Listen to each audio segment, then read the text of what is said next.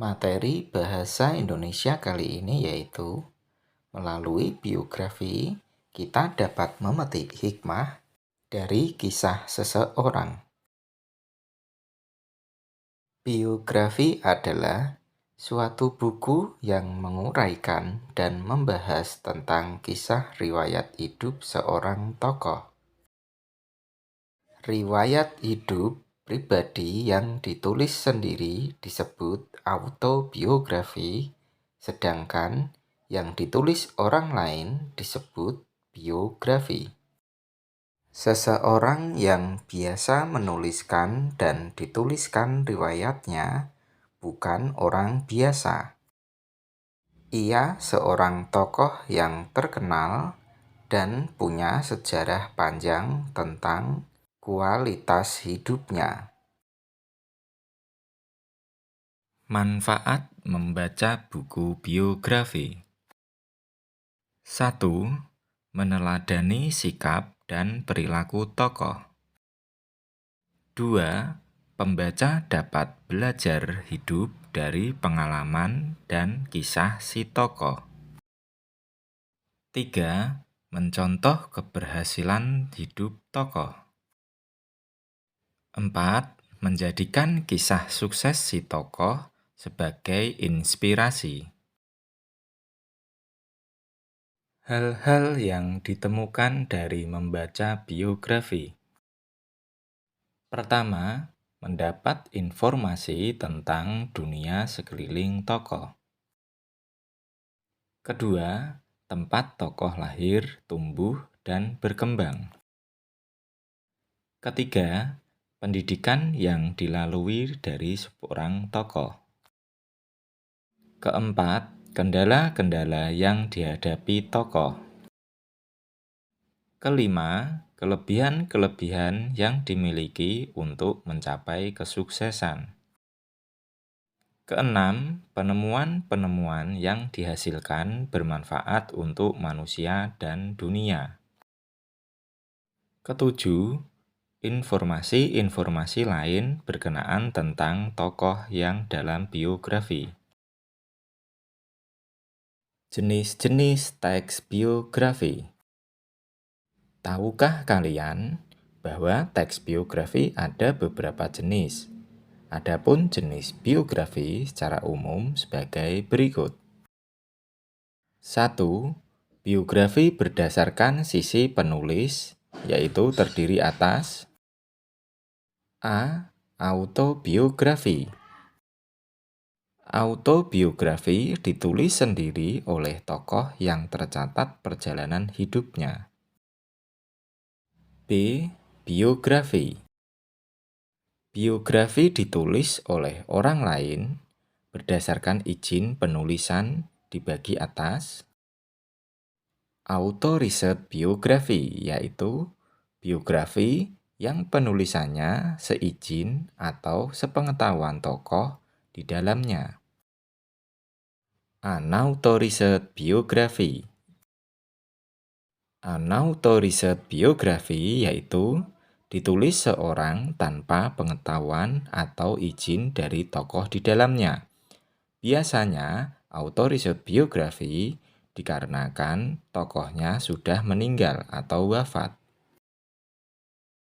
Kedua, biografi berdasarkan isinya terdiri atas A. Biografi perjalanan hidup. Biografi perjalanan hidup isinya berupa perjalanan hidup lengkap atau sebagian yang paling berkesan. B. Biografi perjalanan karir.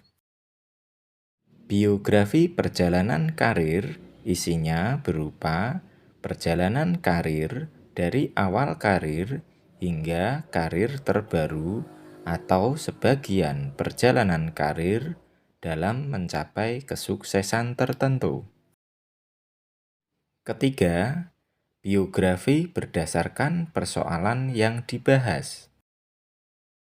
Biografi berdasarkan persoalan yang dibahas terdiri atas biografi politik, biografi intelektual, dan biografi jurnalistik ataupun biografi sastra.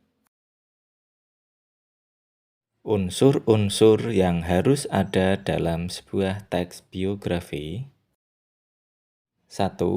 Identitas tokoh meliputi nama, tempat, dan tanggal lahir, profesi atau pekerjaan, dan riwayat pendidikan. Jika perlu, sertakan informasi sekitar keluarga tokoh. 2. Pengalaman hidup tokoh, misalnya aktivitas keorganisasian sang tokoh. 3. Pandangan hidup tokoh, misalnya pendapat atau opini sang tokoh atas suatu masalah. 4. Kebiasaan positif tokoh yang pantas diteladani dan telah membuatnya sukses. Struktur pembangun teks biografi meliputi hal-hal berikut. 1. Bagian orientasi.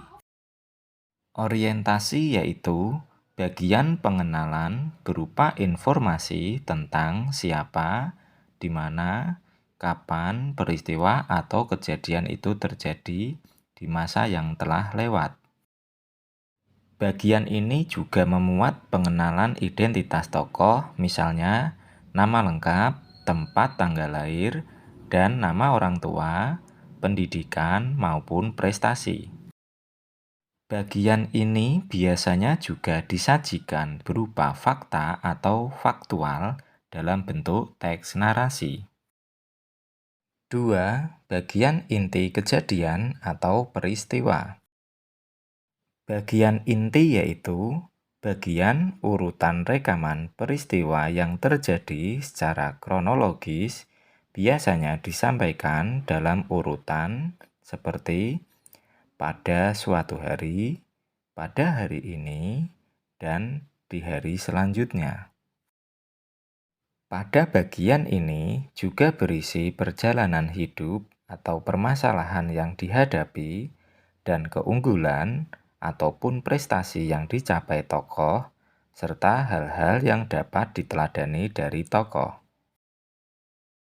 Ketiga, bagian reorientasi. Reorientasi yaitu bagian penutup yang berisi kesimpulan atau pandangan penulis terhadap tokoh. Komentar pribadi penulis tentang peristiwa atau kejadian yang diceritakan terdapat pada bagian ini. Berikut ini adalah kaidah kebahasaan yang sering muncul dalam teks biografi. Pertama, pronomina. Pronomina yaitu kata yang digunakan untuk menggantikan benda dan menamai seseorang atau sesuatu secara tidak langsung. Misalnya, ia, nya, mereka, kita, dan kami. Kedua, kata-kata yang menunjukkan kejadian atau peristiwa, waktu, dan tempat. Ketiga, kata pengacuan. Kata pengacuan yaitu alat kohesi yang digunakan untuk menghindari pengulangan kata yang sama secara terus-menerus.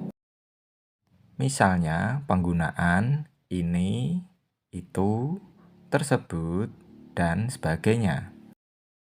Kata pengacuan disebut juga dengan kata penunjuk. Kaidah kebahasaan yang keempat yaitu kata kerja atau verba. Kata kerja ini biasanya disebut pula dengan kata kerja atau verba material. Verba material biasanya digunakan untuk menunjukkan aktivitas atau perbuatan nyata yang dilakukan oleh partisipan.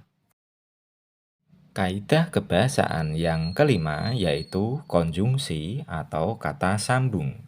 Kata sambung ini biasanya yaitu konjungsi temporal. Konjungsi temporal meliputi A. Waktu permulaan, contohnya sejak dan sedari. B. Waktu bersamaan, contohnya tatkala, ketika, sambil, dan selagi. C. Waktu berurutan, misalnya sehabis, setelah, sebelum, seusai, dan kemudian. D. Batas akhir, misalnya sampai dan hingga. Demikianlah materi bahasa Indonesia kali ini. Semoga bermanfaat dan terima kasih.